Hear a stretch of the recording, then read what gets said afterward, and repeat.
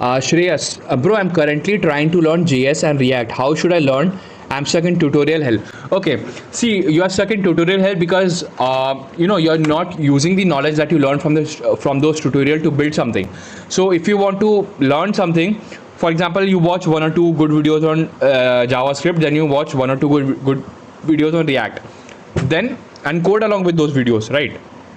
Then after that, okay, okay, so first I okay, to get out of tutorial hell, the first thing you have to do is, initially you will watch one or two videos. For example, if you're learning JavaScript, you will watch one or two good videos and code along with those videos, right? Then when you get into React, you will watch one or two videos and code along with those videos. Then once these things are done, then don't watch tutorial. Whatever knowledge you have gained from that tutorial, use that knowledge to build a small project, like a to do application or a blog application, right?